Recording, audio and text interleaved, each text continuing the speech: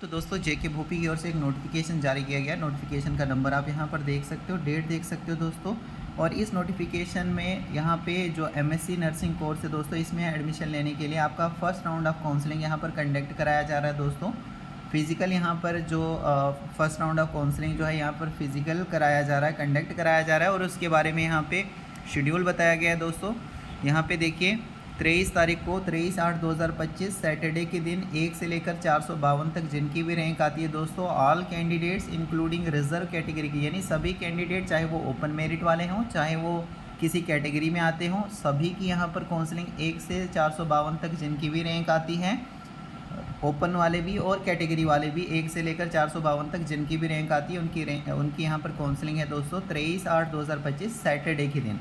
ठीक है। और जो भी यहाँ पर एलिजिबल और इंटरेस्टेड कैंडिडेट्स हैं उनको एडवाइस किया जा रहा है कि आप रिपोर्ट करो। फिजिकली आपको जाना पड़ेगा भोपी ऑफिस श्रीनगर या फिर Jammu on the above date जो यहाँ पर मेंशन की गई है, सुबह 9:30 बजे से 10:30 बजे फॉर अटेंडेंस एंड रजिस्ट्रेशन। ठीक है, सुबह 9:30 बजे मतलब करीब आप 9 बजे वहाँ पर पहुँच जाइए। 9:30 से 10:30 के बीच में यहाँ पर रजिस्ट्रेशन वगैरह अटेंडेंस वगैरह आपकी यहाँ पर होने वाली है। और साथ में आपको ये ओरिजिनल डॉक्यूमेंट्स भी अपने साथ में रखने हैं। कौन कौन से document? Domicile certificate of J&K, BSc nursing, post basic BSc nursing या बीएससी ऑनर्स जो भी आपने किया उसका मार्क्स कार्ड, 1 ईयर का जो वर्क एक्सपीरियंस जो आपने काम किया है उसका जो एक्सपीरियंस है 1 साल का। आफ्टर बीएससी नर्सिंग किया होगा आपने, मतलब काम किया होगा, एक्सपीरियंस होगा आपको आफ्टर बीएससी नर्सिंग या पोस्ट बेसिक बीएससी नर्सिंग के बाद 1 साल का जो वर्क एक्सपीरियंस होगा वो भी आपको अपने साथ में रखना है। और सर्टिफिकेट एज रजिस्टर्ड नर्स, ठीक है, सर्टिफिकेट एज रजिस्टर्ड नर्स आपको वहाँ पर लेकर चलनी है, या फिर रजिस्टर्ड मिडवाइफरी या फिर इक्विवेलेंट विद एनी स्टेट या फिर नर्सिंग काउंसिल की आपके पास होनी चाहिए। उसके बाद वैलिड कैटेगरी, अगर आपके पास कोई कैटेगरी सर्टिफिकेट है दोस्तों तो वो भी आप अपने साथ में रखोगे। तो ये कुछ डॉक्यूमेंट्स बताए गए जो आपको साथ में लेने हैं 23 तारीख को। ठीक है, टाइमिंग यहाँ पर दी गई है 1 से लेकर 452 तक सभी कैंडिडेट जाएंगे, फिजिकली जाएंगे वहाँ पे भोपी ऑफिस में, जम्मू और श्रीनगर में जा सकते हैं। और जो भी पार्टिसिपेटिंग कैंडिडेट्स हैं उनको यहाँ पर काउंसलिंग फ़ीस 1000 रुपये की डिपॉजिट करनी होगी दोस्तों। ये पीओएस मशीन जो अवेलेबल होती है भोपी ऑफिस के बाहर में, वहाँ से आपको डेबिट कार्ड या क्रेडिट कार्ड के थ्रू ये 1000 रुपये वहाँ पर कटाना पड़ेगा, यानी 1000 रुपये की आपकी काउंसलिंग फ़ीस लगने वाली है। और अगर कोई भी कैंडिडेट ऐसा नहीं कर पाता है, फ़ीस जमा नहीं करता है, तो उसको एलो नहीं दिया जाएगा करने यहाँ पर काउंसलिंग प्रोसेस में। Further if any candidate is not able to participate personally in the counselling, अगर कोई कैंडिडेट पर्सनली पार्टिसिपेट नहीं कर सकता है ऑन द डिजिग्नेटेड डे, जिस दिन यहाँ पर 23 तारीख को अगर आप नहीं जा सकते हो, मान लीजिए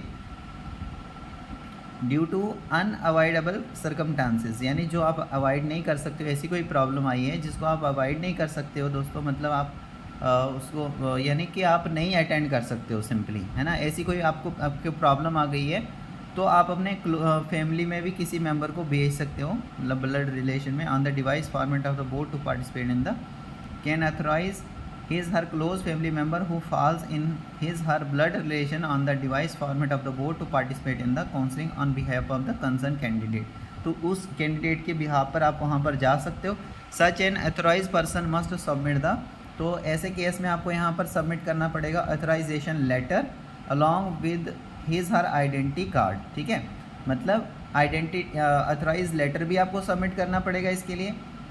और साथ में दोस्तों वो जो जिसकी जगह पर आप यहाँ पर काउंसलिंग अटेंड करने जा रहे हैं तो उसका आइडेंटिटी कार्ड और आधार कार्ड भी आपको वहाँ पर यानी कि जमा कराना पड़ेगा काउंसलिंग प्रोसेस में, during the process of counselling. Otherwise he shall not be allowed to participate, नहीं तो फिर यहाँ पर अपनी जिम्मेवारी पे आप, मतलब ये रिस्क आप अपनी जिम्मेवारी पर ले सकते हो ऐसा। He should not be allowed to participate in the counselling on his her own risk and responsibility.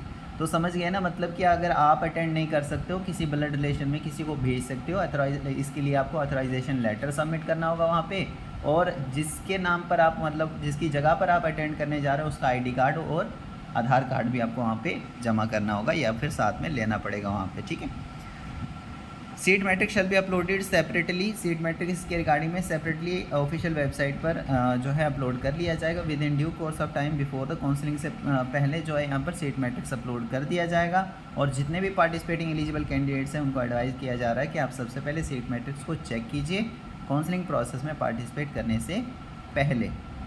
ठीक है, the board shall stop the counselling process immediately as and when the seats are fully exhausted. बाकी terms और condition same रहेंगी, जो भी time to time बताया गया होगा इसके रिगार्डिंग में वो सारा सेम रहने वाला है। Okay, so thank you very much.